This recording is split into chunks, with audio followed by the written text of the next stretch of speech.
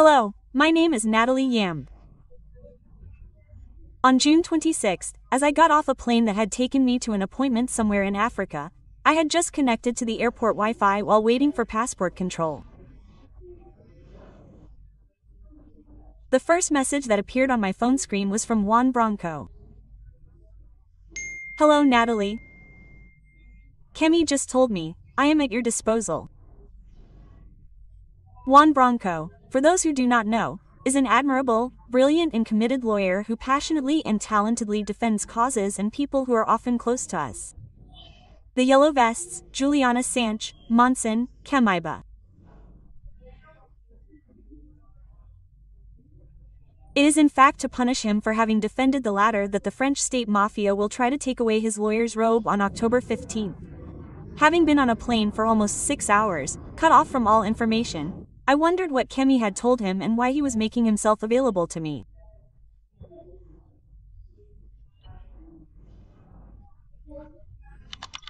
So I quickly typed my name into Google and found that the Council of the European Union had sanctioned me by Decision 2025-1279 amending Decision 2643 of the 2024 sanctions package relating, I quote, to destabilizing activities conducted by Russia. End of quote. Yes, you heard correctly. I, a citizen, a defender of African sovereignty, was sanctioned as part of a white-collar palaver against the backdrop of the conflict between Russia and Ukraine, in the middle of Europe, and over there with the Nazis. The European Union is sanctioning a Swiss Cameroonian influencer, Nathalie Yamb, for her pro-Russian stance. This activist, who lives in Switzerland, is banned from entering the territory of the 27 and her assets in the European Union are frozen. What ultimately justifies such a malign decision? So, the Council of the European Union accuses Nathalie Yamb of openly supporting Russia since 2019, in particular by targeting France and the West, with the aim of ousting them from the African continent. Pro-Russian positions that threaten democracy or the security of the European Union by resorting to the manipulation of information.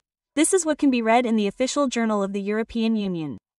Nathalie Yamb joins the list of individuals or legal entities sanctioned by the European Union because of their destabilizing activities led by Russia. It should be noted that the influencer was already banned from France for her virulent remarks against the French presence in Africa. In 2003, an investigation by the magazine TIPEEE profiled this dual Swiss and Cameroonian national who has more than 1 million subscribers on her social networks and is very popular in French-speaking Africa for her pan-African speeches calling for France to be expelled from the continent. You heard that, didn't you? Now, you're going to notice something extremely important. My case is an unprecedented exception in the history of sanctions regimes instituted by the European Union since its creation in 1993. I am the one and only individual sanctioned in isolation and without any entity being added simultaneously.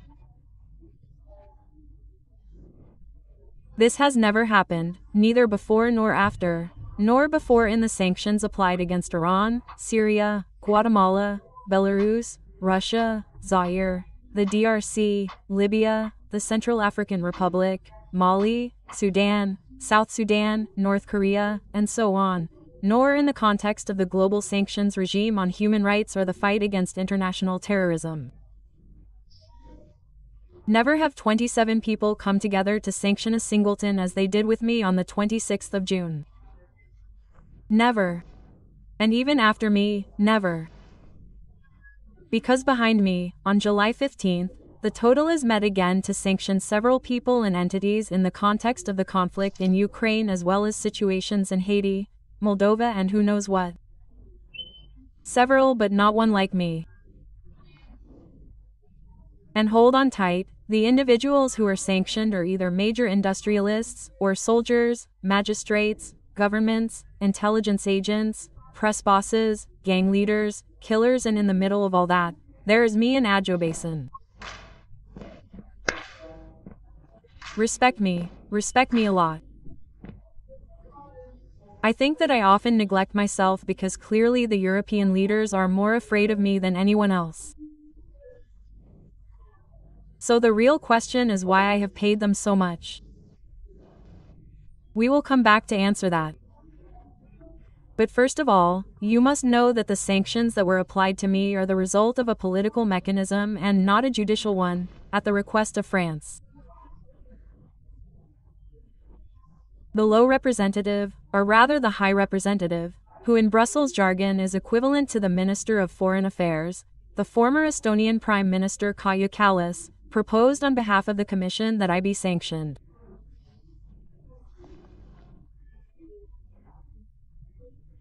Working groups. The working groups on external relations, on Africa, on arms examined the case technically before sending it to the Committee of Permanent Representatives, made up of the 27 ambassadors of the member states accredited to the EU, who gave the political approval for the sanction.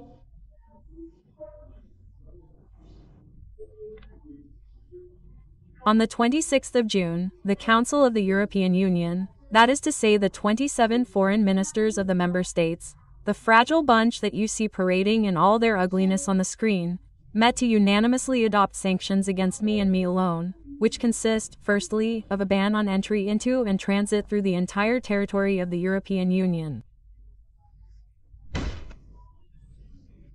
Secondly, by seizing my assets on the territory of the European Union, and thirdly, by prohibiting me from providing funds or economic resources directly or indirectly. The decision was immediately entered in the official journal of the European Union and therefore came into force immediately. It was then forwarded for information to the members of the European Parliament in Strasbourg. Wow! Why all this? Well, to prevent me from expressing my opinions. I am not accused of having taken up arms. I am not accused of having killed someone, of having smoked out attacks or coups d'état, or even of having committed genocide or starved millions of people, as some have cheerfully done with the support of the European Union. I am accused of having used my mouth and my brain to, and I quote the decision published in the official journal of the EU, to oust France and the West from the African continent. End of quote. But what a crime! No, but can you imagine how I dare to want the West, which has enslaved, tortured, massacred, raped, pillaged, colonized, denigrated, infantilized, ridiculed, defamed, divided, and impoverished us? How can I have the audacity to demand that this evil and criminal West leave our Africa and stay there, at home, in their garden? Because that is how Kaja Kallas' predecessor, the former High Representative of the EU, Joseph Borrell, described their continent? Not so long ago, he described us Africans as the jungle. They say that my words, as a little black woman with an M63, are dangerous for democracy, the rule of law, the stability, and the security of 27 European countries, 3/4 of which are completely unknown to me. Because honestly, who gives a damn about Latvia, Lithuania, Finland, Malta, Slovenia, Slovakia, Estonia, etc.? Who knows them? Who are they? What are they? So for them, I have to express myself in a way that suits them. While we Africans have always suffered from their way of expressing ourselves. When they say that they came to civilize us and talk to us about the glory days of colonization, it humiliates us. When I go to Africa, I am often told that. I am told that they expect a France that is not repentant. You see, they expect a France that is strong and in the African culture and that accepts the time of colonization. But who accepts? Because colonization was of course a dark time, but it was also a beautiful time with outstretched hands and so on. When they come to our universities and tell us that we have not yet made enough of a mark on history, it annoys us. The tragedy of Africa is that Africans have not made enough of a mark on history. When they come to tell us that France has never committed a massacre in Cameroon, it outrages us. So on the first subject, I absolutely deny that French forces have participated in any way in assassinations in Cameroon. All of this is pure invention, and naturally when I spoke about score, that is not what I had in mind. When they claim that Mali is the southern border of France, it irritates us. We are reading about it in Mali. We are in the process of securing ourselves. Securing ourselves. It is our southern border. When they say that we are a jungle, that they the gardeners have the duty to come and subdue, it offends us.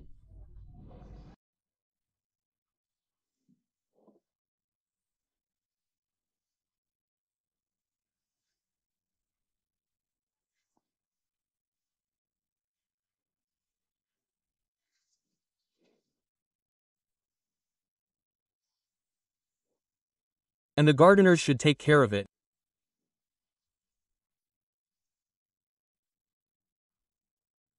The jungle has a strong growth capacity, and the world will never say when it declares that they are going to come and recolonize us militarily and that Africa needs them while African youth are crying out everywhere. France, get out. Europe, get out. It revolts us. What is our common destiny as Europeans is the Mediterranean and Africa, where our destiny is at stake. And so we, the French, have constantly tried to involve Europeans in this awareness of the need to act collectively in Africa and the Mediterranean.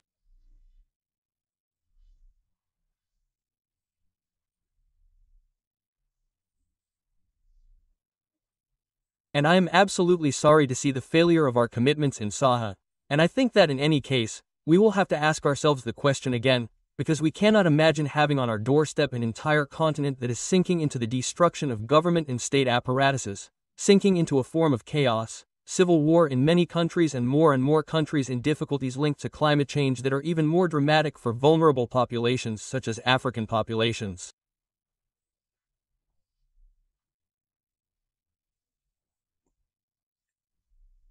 In addition, a continent that is going to experience a demographic explosion like no other continent has ever experienced.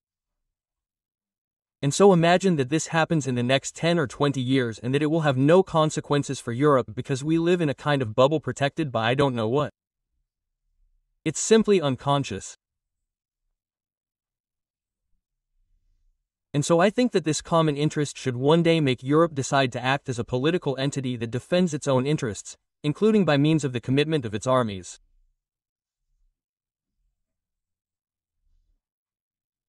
I am convinced that in a few years, I don't know if it's 10 years or less, we will have the obligation to return to help these African countries. When they claim that we are Prussian agents paid by Putin or Prigozhin, while acknowledging that they do not have the slightest shred of evidence to corroborate their false, derogatory, and racist allegations, it frustrates us. Do you have proof that Nathalie Yamb is directly linked to and funded by the Wagner Group? No, I don't have proof of a direct link, but I note that the language used is often very similar to what can be found on other accounts or in official Russian positions. We can find thousands of things they have said that have offended, angered, upset, and frustrated us for centuries. And that doesn't mean we have punished them. Frustration is not something that can prevent others from expressing themselves anywhere, and especially not in their own countries. Because they have written this into their own founding text. Let's take a look at Article 11 of the Charter of Fundamental Rights of the European Union, relating to freedom of expression and information. Everyone has the right to freedom of expression. This right includes freedom to hold opinions and to receive and impart information and ideas without interference by public authority and regardless of frontiers. Did you hear that? We can do that. The charter in question was proclaimed in Nice on the 7th of December 2000. It has the status of a treaty. It is therefore binding and is the reference text for the protection of citizens' fundamental rights and freedoms, in particular to protect them from abuses by states and institutional bodies of the European Union, such as the one I am the subject of today. The same provision is also enshrined in Article 101 of the European Convention on Human Rights and in Article 19 of the Universal Declaration of Human Rights adopted in 1948 by the UN.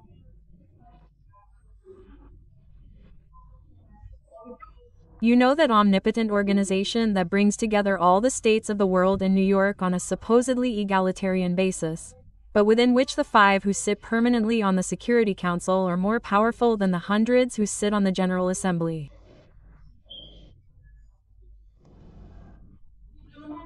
But clearly for Macron, von der Leyen, Meloni, Merz, Lopez and consort, the fundamental right to freedom of expression and opinion is reserved for white men, but not for black women or black men.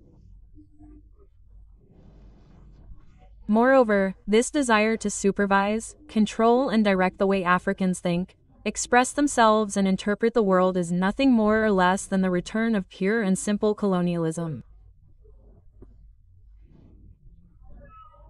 Because apart from the use of weapons, it is always through the control of souls that they have succeeded in dominating us through religion, school curricula and informational propaganda.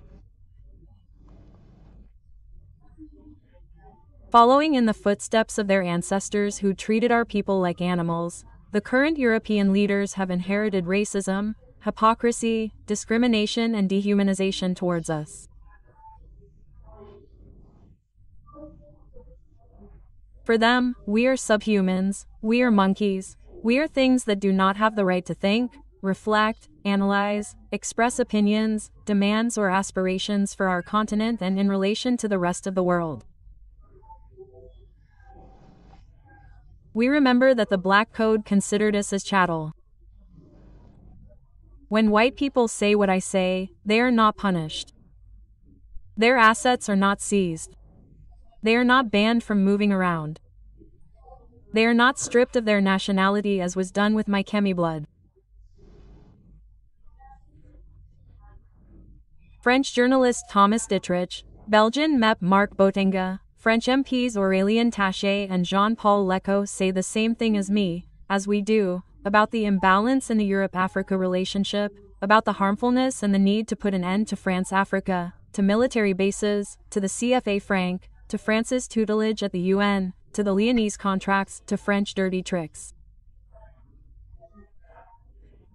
It must be said that France has serious interests in Guinea. Mamadi Doumbouya is a Francophile fisherman, a halal, kosher, whatever you want. Unlike the evil Prussian fleas of the Sahel who have turned their backs on Emmanuel Macron, the French military is discreetly present on Guinean soil while our companies sign contracts. We know very well that Africa is not poor. Africa is impoverished and this is creating anger today. And if Europe does not change its approach, we will be driven out with the cane and the pen by the Congolese, by the Africans. Finally, Minister, I would like to talk to you for a moment about Côte d'Ivoire. In 2011, under the presidency of Nicolas Sarkozy, France helped install Alassane Ouattara in power under the tragic conditions that we are experiencing. The CFA franc is an instrument that no longer has any legitimacy there. It is a relic of a bygone era in the eyes of the African people. Give these states monetary independence and you will quickly see things change and evolve. And the transformation of the CFA franc into an echo proposed by Emmanuel Macron will not change anything since it solves nothing. The American-starred journalist Ter Carlson, the French politicians François Asselineau and Florian Philippot, the American activist Jackson Hinkle, the president of El Salvador Nayib Bukele, all speak about the decline of Europe, the double standard, the reality of the situation in Ukraine and the Middle East, and the financing and endorsement of terrorists. But they are not punished for all this. And do you know why? Because unlike me, they are white.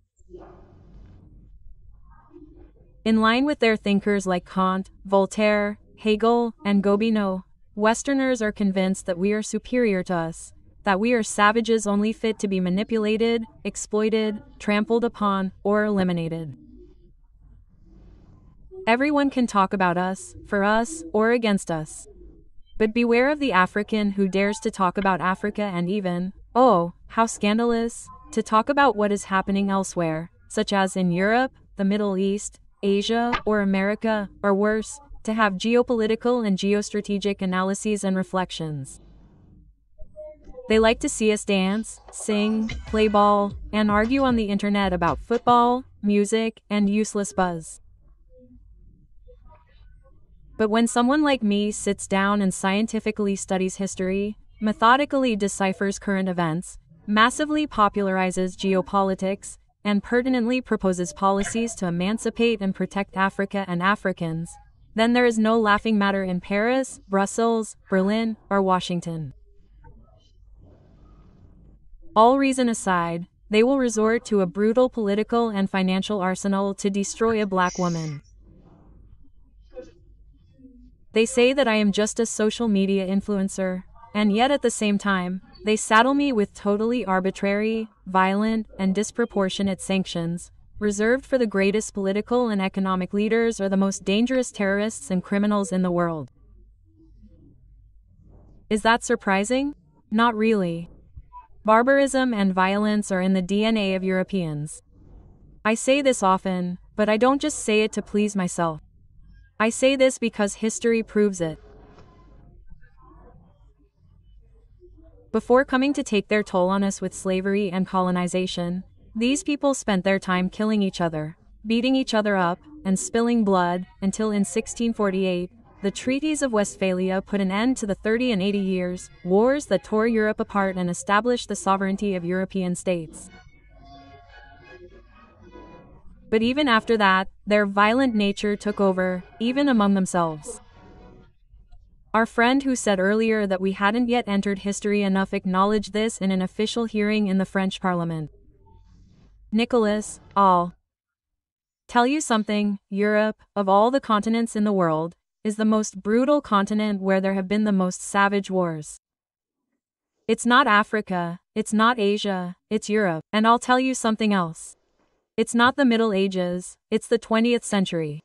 You are not simply the product of a political party or a family, you are the product of a nation and a continent. Our continent is brutal, savage, and can descend into barbarism. Peace between Europeans has always coincided with the intensification of colonial and neo-colonial brutality.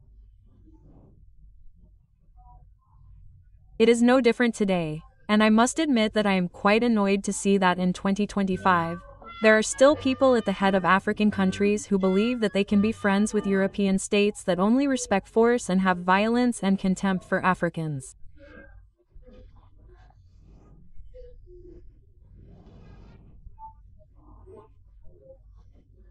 I have long been a major problem in Paris through my ability to raise awareness not only among opinions and peoples through my 2.5 million followers on social networks, through conferences and meetings, but also in presidential palaces and African governments.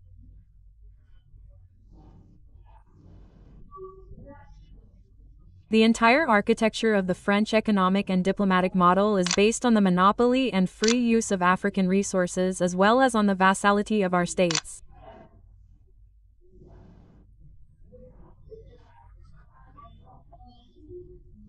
Thanks to me, this has changed dramatically since my speeches in Ouagadougou in 2017 and in Sochi in 2019. As for those who want to continue in 2017 to enslave, to destroy the heritage, the patrimony, the imagination of our children, as Thomas Sankara said, we will chase them away.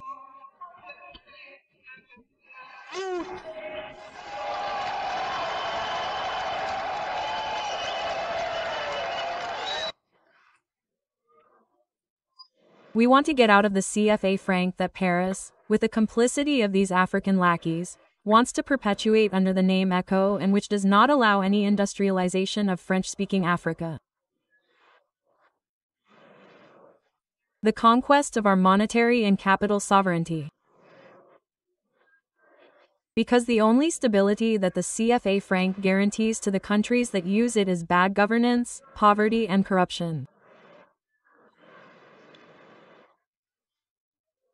We want the dismantling of French military bases which, under the guise of a bogus defense agreement, only serve to allow the plundering of our resources, the maintenance of rebellions, the training of terrorists, and the maintenance of dictators at the head of our states.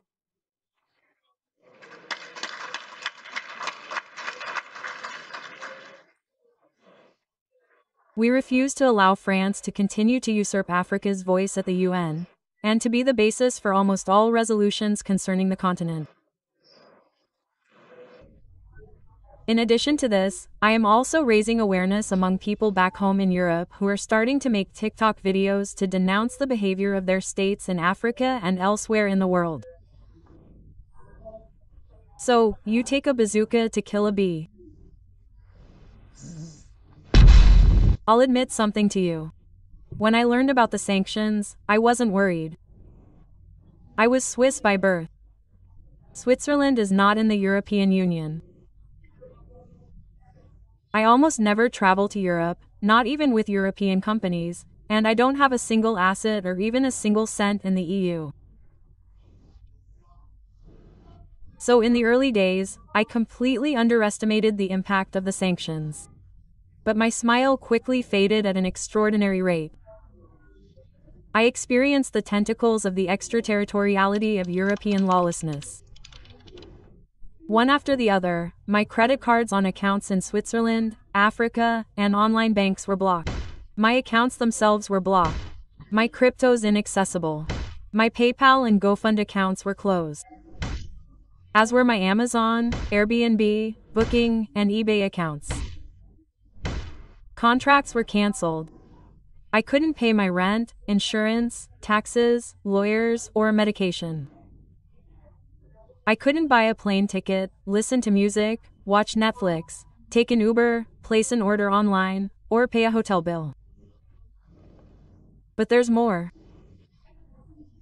It is impossible to return to Switzerland to manage emergencies since the sanctions include a ban on flying over the territory of the European Union, even though Switzerland is completely landlocked, surrounded by France, Austria, Germany, and Italy. It's crazy. When you issue a ban on entry, transit, or overflight, it must be justified by the fact that the presence of a given person on your territory or in your airspace constitutes an immediate danger to your security. I can't tell you how impatient I am to hear the EU explain to the court how my presence in a plane 10,000 meters high in the clouds constitutes an immediate danger to the security of the 450 million inhabitants on the ground. It's going to be interesting. The socio-economic death penalty, the civil erasure to which they are condemning me without trial, by preventing me from moving around, by cutting me off from everything in a digitalized environment. The incredible violence that they are using against me to achieve political objectives in law. This is called terrorism. And they are using it not only to break me but also and above all to send a message to those who might be tempted to think and act like me. I am not telling you this to make you cry. I am telling you this so that you are aware of the issues.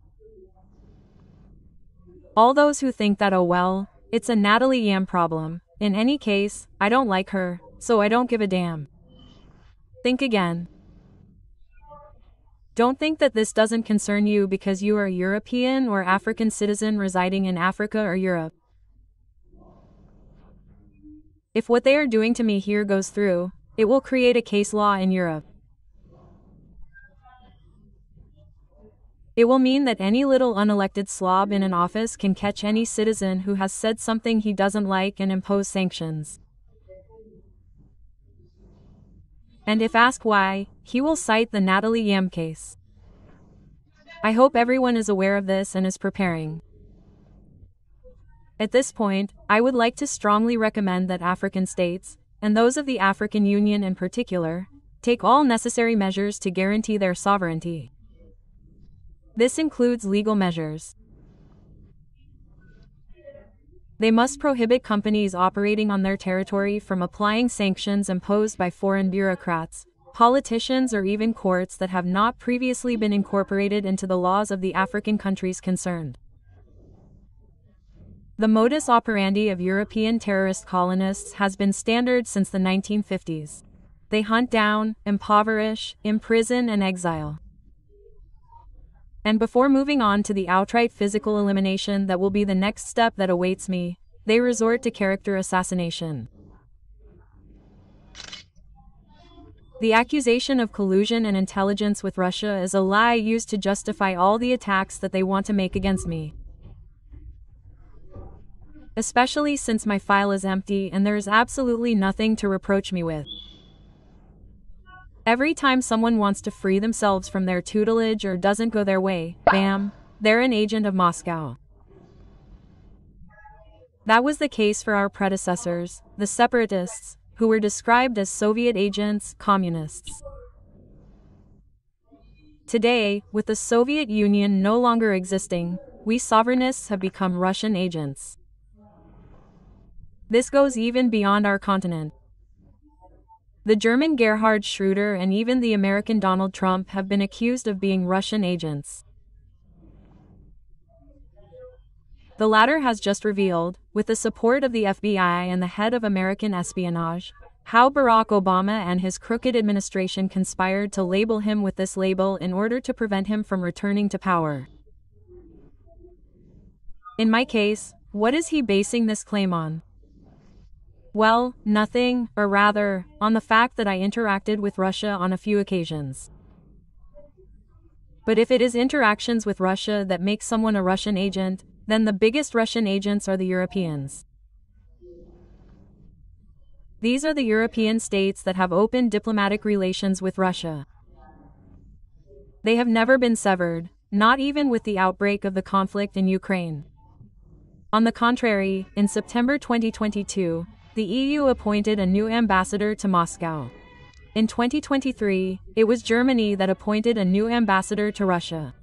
And in February 2025, Paris appointed its permanent representative to the UN as the French ambassador to Moscow. It is still the European states that continue to buy Russian gas, minerals, and fertilizers, while they themselves have said that those who buy Russian gas and oil are the ones helping Putin wage war against Ukraine. It is Emmanuel Macron who goes out of his way to talk to Putin, chatting with him for 2 hours on the phone or going so far as to humiliate himself by agreeing to be thrown at the end of a 3 meters table at the Kremlin. It is the French army who shared the same camp, the same canteen as Yevgeny Prigozhin's Wagner mercenaries in Libya. It is the Russian tourists who have been returning to Europe en masse since 2024 and more specifically to Italy, France and Spain who are handing them Schengen faces left, right and center. Who are they kidding? European leaders know very well that the label of Russian agent that they are sticking on me is nothing but a lie, a pretext to hide their true unmentionable and unjust motives from their national opinions. It's true that it's not very cool to admit that they're pissed off because I'm helping to prevent their brutal colonialism, the neo-colonial exploitation of African resources, the permanent approval of Africans, and the systematic and violent destabilization of Africa. I'm saying this here in a very uninhibited way. I have no problem with the Russians, at least not for now. And I'll say it again to dispel those in the back row. The nightmares of Westerners are not mine. Europe's enemies are not Africa's. But the false narrative of a pro-Putin influencer or my supposed pro-Russian positions is vexatious and defamatory. I said this 2 years ago on Swiss television, which did a report on me. On stage, Nathalie Yamb Boule Rouge against France called for a boycott of Western media and the overthrow of regimes supported by Paris. Very good, from the state of affairs. Here, there is no Russian flag, but the shadow of the Kremlin never seems far away. Influencer. I think many in the room have heard that I am an influencer in the pay of Putin, an influencer in the pay of Russia. This label of pro-Putin influencer annoys her to no end. It implies that Africans are incapable of fighting for their own interests, of thinking for and by ourselves, that we are people whose vocation is to be either someone's puppet or someone else's puppet. So I find it derogatory, racist, and contemptuous. Claiming that we need the Russians so that we no longer want the same French or Western domination of Africa with all the horrors, all the pillaging, all the hypocrisy they have shown towards us in our continent, is an insult. I did not wait for their palaver with Russia to fight France Africa. My writings since 2004 are there to prove it. I don't need to be in Russia's pay to rejoice in every blow dealt to Ukraine. I just have to remember how this shitty country treated African students and nationals who wanted to leave the area at the beginning of the conflict, or to look at how the Nazi Ukrainian authorities proudly claim their support for the terrorists who are causing mourning in the Sahel. Now I have to make a point of not giving up.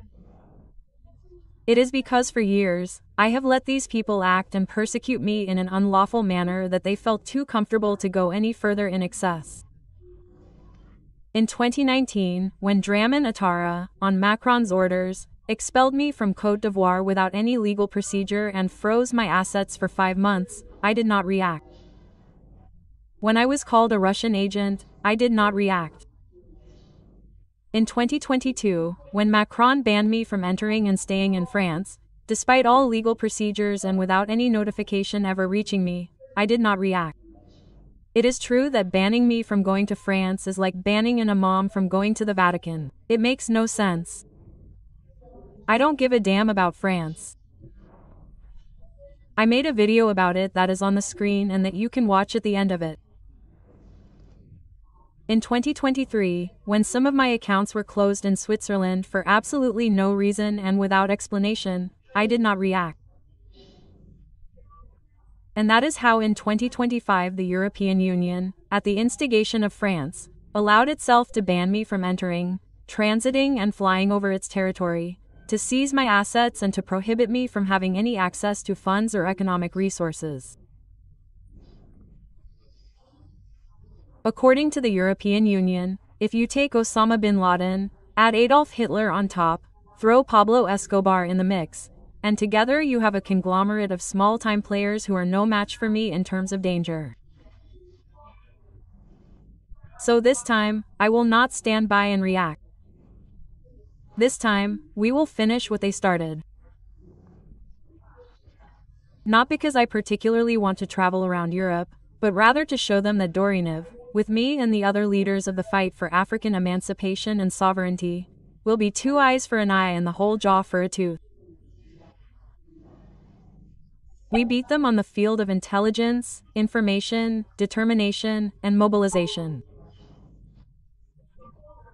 And while our heads of state in the AES are gaining strength in terms of defense, diplomacy, and development, we are also going to show them that we can beat them on the legal front.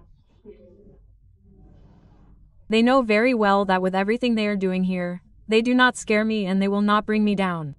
A dead goat is not afraid of a knife, as we say in my country.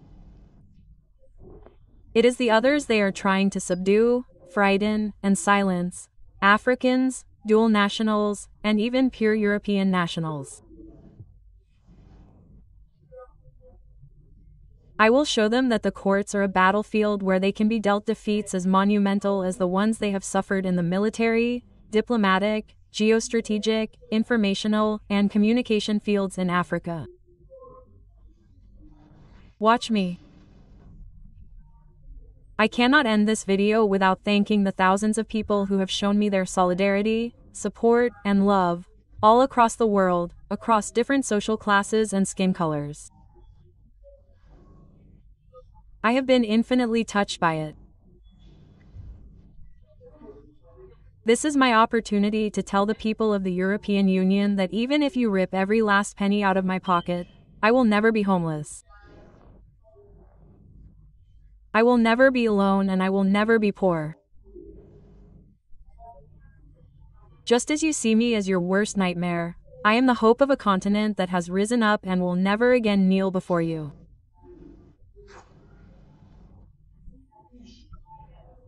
I am the lookout who warns its brothers, sisters, parents, and children of the danger you represent, who awakens minds, who recounts the past, who inspires politicians, who definitively breaks the neo-colonial chains of alienation and submission that you have attached to our ankles, our wrists, and in our minds for too long.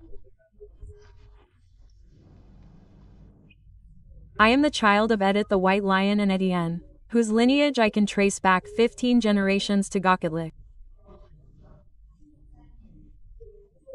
I am the daughter of Thomas Sankara, Patrice Lumumba, Ruben Umnabe, Felix Momier, Ernest Wandier, Kimpavita, Hatshepsut, Nzinga, Shikazulu, Dedin Kamathi, Jerry Rawlings, Malik Al-Shabazz, Mulatrice Solitude by Jean-Jacques Design, Steve Bicott, Winnie Mandela, Hart Tubman.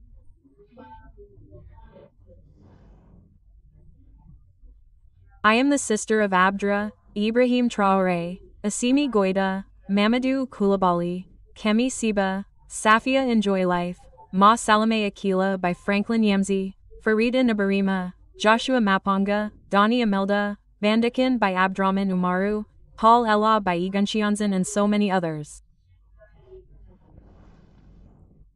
I am the Knight of Niamey, the Yenenga of Ouagadougou, the Lady of Sochi, the sect of the AES and the Math of Africa. I am the mother of the revolutionary bees, the bill of my ancestors, the javelin of my people, and millions of Africans, Afro-descendants, humans on the continent and all over the world are my shield. To them, I say thank you. Thank you. Thank you. Thousands of you have contributed, asked how to support me monthly with the Shield of Queen Yaya. We will continue to use it for a few weeks before finding another sustainable solution. Shield. The fighters know this slogan and the link is displayed on the screen. And don't forget that by subscribing, liking, commenting, and especially sharing the link to this video, you are participating in the fight and supporting me in your own way. So, do it massively. I know where I come from. I know who I am and I know where I'm going. And you, Western leaders and your African collaborator accomplices, you're not ready to stop me, neither in this world nor in the next. Let's go to the